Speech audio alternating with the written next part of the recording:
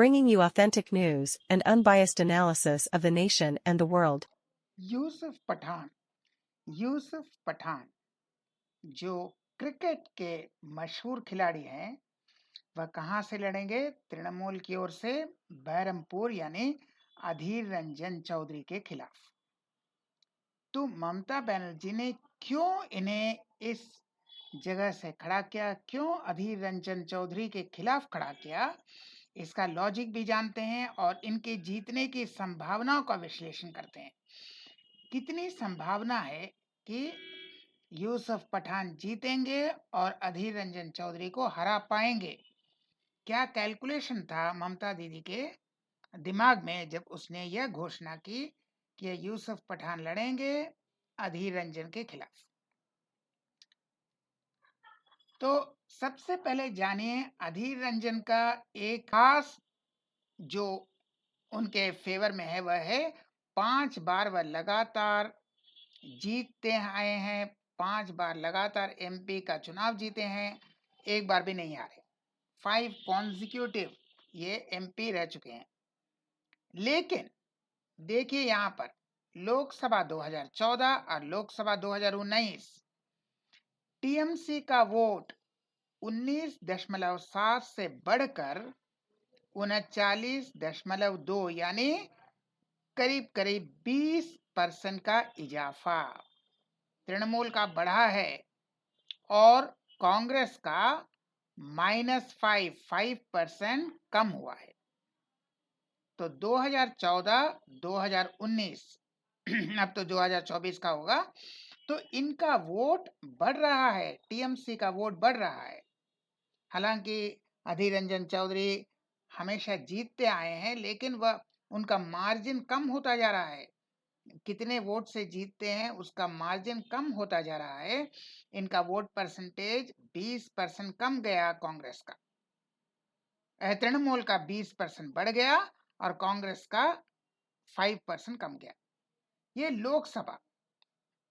तो इसका ग्राफ देखिए, टीएमसी का ग्राफ कहाँ है? 19.7 से 39.2 यानी ऑलमोस्ट डबल, और कांग्रेस का थोड़ा सा कम हुआ है, लेकिन तृणमूल का डबल हुआ है।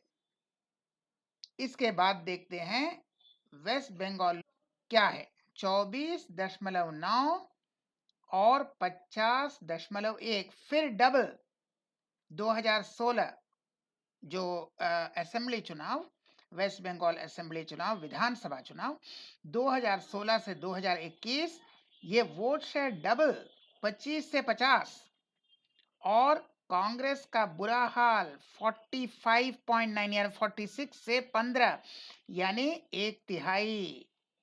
जहां तृणमूल का वोट डबल हुआ है, वह कांग्रेस का 1/3 हो गया है, तो एक तिहाई हो गया है। और जहां तृणमूल का 25% इजाफा है, वह तृणमूल का 30% घाटा है। यही एक कारण है कि ममता बनर्जी बहुत ही कॉन्फिडेंट के साथ यूसुफ पठान को खड़ा कर रही हैं। लेकिन यूसुफ पठान किसके वोट काटेंगे? वह कांग्रेस के वोट काटे या बीजेपी के वोट काटे, इससे कोई फर्क नहीं पड़ता, क्योंकि दोनों हालत में तृणमूल को ही फायदा होगा। वो कांग्रेस का वोट काटते हैं या बीजेपी का वोट काटते हैं, लेकिन आखिर फायदा होना है तृणमूल को। और दूसरी बात यह है कि अधीर रंजन चौधरी खुद अब कांग्रेस में रहेंगे कि बीजेपी में पलटी मारेंगे, इसका भी कोई निश्चय नहीं है। वह कभी भी बीजेपी में पलटी मार सकते हैं, कांग्रेस छोड़ सकते हैं, लेकिन अगर कांग्रेस में रहे या बीजेपी में रहे, इससे कोई फर्क नहीं पड़ता, क्योंकि कंटिन्यूअसली तृणमूल का वोट बढ़ रहा है। इसीलिए यह यूसुफ पठान उनकी पर्सनल पॉपुलैरिटी के अनुसार, हालांकि क्रिकेटर पॉपुलर होने से चुनाव जीतते नहीं हैं। हर पॉपुलर क्रिकेटर या हर पॉपुलर सिंगर या हर पॉपुलर सिनेमा एक्टर जीतते हैं, ऐसी बात नहीं है। लेकिन तृणमूल का देखिए ऑलमोस्ट बढ़ रहा है, या डबल हो गया है, ऑलमोस्ट डबल। जहां कांग्रेस का एक तिहाई हो गया है, तो इस बार तृणमूल का अगर इसी ट्रेंड रहा तो तृणमूल के जीतने के पूरे पूरे चांसेस हैं, प्लस एक पॉपुलर क्रिकेटर की जो पॉपुलैरिटी है उसका फायदा होगा। लेकिन आखिर पूरा फायदा तृणमूल को ही होना है। जीतेंगे या हारेंगे अलग बात है, लेकिन फायदा पूरा ही तृणमूल को। इसीलिए यह खेल या दिमाग से बहुत ही एक चतुर प्लान लेके आई है ममता बनर्जी की यूसुफ पठान को खड़ा कर दो, वो बीजेपी के वोट काटे या कांग्रेस के वोट काटे, फायदा तो तृणमूल का ही होगा। तो ये हैं यूसुफ पठान और अधीर रंजन चौधरी। अब दोनों आपस में लड़ेंगे। यूसुफ पठान तृणमूल की ओर से, लेकिन अधीर रंजन चौधरी मालूम नहीं कब बीजेपी में पलटी मार जाए, कोई कह नहीं सकता। लेकिन लड़ाई में तृणमूल का एक फायदा है।